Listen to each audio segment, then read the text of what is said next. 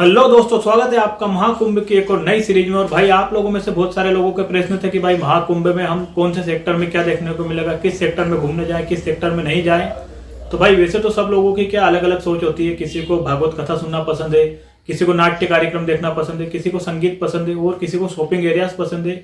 तो सबकी पसंद को ध्यान में रखते हुए मैं कुछ जानकारी आपको देना चाहता हूँ। सेक्टर नंबर 1 से सेक्टर नंबर 25 में जो भी प्रमुख सेक्टर है उनकी सारी जानकारी मैंने इकट्ठा की है, तो वही आप लोगों से साझा कर रहा हूं मैं। तो भाई शुरू करते हैं सेक्टर नंबर 1 से। सेक्टर नंबर में आपको सांस्कृतिक पांडाल देखने को मिलेगा, साथ ही वहां पे नाट्य मंचन पांडाल बना हुआ है जहां पे आप नाटक वगैरह देख सकते हैं और सांस्कृतिक पांडाल में सांस्कृतिक कार्यक्रम देख सकते हैं।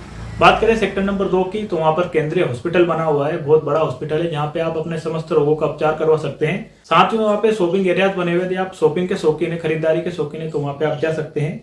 सेक्टर नंबर 3 की बात करें भाई, तो यही महत्वपूर्ण सेक्टर है क्योंकि यहाँ पे गंगा जमुना और सरस्वती का जो संगम है जहाँ पे सब डुबकी लगाते हैं आस्था की, तो वह यहीं पे है। साथ में यहाँ पे जो है किला बना हुआ है और किले के अंदर एक प्रसिद्ध अक्षयवट बना हुआ है, जो अक्षयवट वही है जहाँ पर श्री रामचंद्र जी ने वनवास के समय पे विश्राम किया था, तो यहाँ पे आप जरूर जाइएगा। इसके बाद में यहाँ पे पातालपुरी मंदिर भी है, लेटे हुए हनुमान जी का मंदिर भी है, सरस्वती कूप भी है। जिसके बाद में यहीं पे परमार्थ निकेतन खालसा बना हुआ है जहाँ पर जो धीरेन्द्र शास्त्री जी है उनकी कथा होने वाली है, तो यहाँ पे भी आप कथा सुनने जा सकते हैं।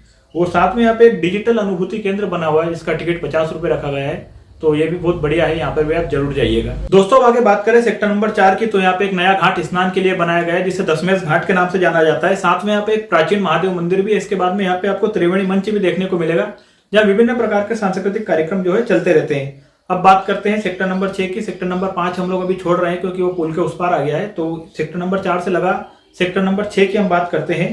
तो यहाँ पे जगत गुरु जो रामभद्राचार्य है उनका शिविर बना हुआ है, यहाँ पे उनकी कथा का आप आनंद ले सकते हैं।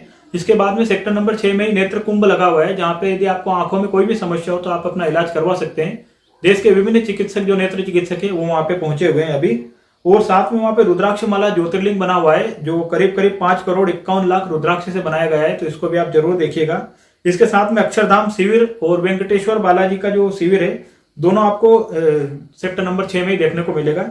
इसके बाद में यहाँ पे यदि भोजन व्यवस्था भी बढ़िया है सेक्टर नंबर 6 में, 3 अन्य क्षेत्र यहाँ पे चल रहे हैं अभी, तो आप भोजन का भी आनंद ले सकते हैं। दोस्तों अब आगे बात करते हैं सेक्टर नंबर 7 की। तो सेक्टर नंबर 7 में आपको कलाग्राम सांस्कृतिक मंच देखने को मिलेगा।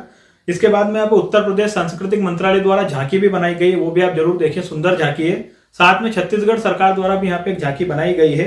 और यदि आप खाने के शौकीन है तो देश के विभिन्न क्षेत्रों से यहाँ पे बड़े बड़े रेस्टोरेंट भी लगे हुए हैं, तो आप वहाँ पे व्यंजनों का लुत्फ भी उठा सकते हैं। इसके साथ में वहाँ पे ब्रह्म कुमारी की भी झांकी बनी हुई है, तो ये मेरे हिसाब से सबसे सुंदर झांकी है अभी तक की, तो इस झांकी में भी आप जरूर जाइएगा। तो दोस्तों अब आगे बात करें अपन लोग यदि सेक्टर नंबर 8 की, तो सेक्टर नंबर 8 में आपको मेहंदीपुर बालाजी का जो है शिविर देखने को मिलेगा। साथ में इसी सेक्टर में श्री श्री रविशंकर जी का शिविर भी आपको देखने को मिलेगा। और इसी सेक्टर में मध्य प्रदेश की भी एक झांकी बनी हुई है जिसे एमपी मंडपम के नाम से अभी बोला जा रहा है, तो वो झांकी भी आपको यहीं पे देखने को मिलेगा। साथ ही साध्वी ऋतंबरा जी का जो शिविर है वो भी इसी सेक्टर में आप लोगों को देखने को मिलेगा। सेक्टर नंबर 9 की बात करें तो यहाँ पे आचार्य महामंडलेश्वर कैलासानंद गिरी जी का शिविर बना हुआ है। साथ ही गुरु कृष्णन जी का शिविर भी यहीं पे मिलेगा आपको। और इसके साथ ही सेक्टर नंबर 9 में ही आशुतोष जी महाराज का शिविर भी बना हुआ है। अब यदि बात करें हम सेक्टर नंबर 16 की, तो सेक्टर नंबर 16 में आपको किन्नर अखाड़ा देखने को मिलेगा। सेक्टर नंबर 17 भी आपके लिए महत्वपूर्ण होने वाला है क्योंकि इसी सेक्टर में जो कथावाचक है अनिरुद्ध आचार्य, उनकी कथा आप सुन सकते हैं। साथ ही देवकीनंदन जी ठाकुर जी की कथा का भी आप आनंद इसी सेक्टर में ले सकते हैं। दोस्तों यदि बात करें सेक्टर नंबर 18 की, तो अवधेशानंद जी महाराज का और पायलट बाबा का शिविर आपको इसी सेक्टर में देखने को मिलेगा। अब दोस्तों यदि सेक्टर नंबर 19 की बात करें तो सेक्टर नंबर 19 में आपको इस्कॉन मंदिर मिलेगा देखने के लिए। और साथ ही यहाँ पे जो हमारे 4 मठ है, चारों मठों के शिविर इसी सेक्टर में बनाए गए। साथ ही यहाँ पे काशी विश्वनाथ जो मंदिर है उसका प्रारूप भी बनाया गया है, तो वहां भी आप दर्शन कर सकते हैं। और अभी वहां पे महायज्ञ भी शुरू होने वाला है। साथ ही बात करें सेक्टर नंबर 20 की, तो यह भी प्रमुख सेक्टर है क्योंकि अपने जो भी पूरे 13 अखाड़े 13 के 13 अखाड़े सेक्टर नंबर 20 में एक साथ बनाए गए हैं।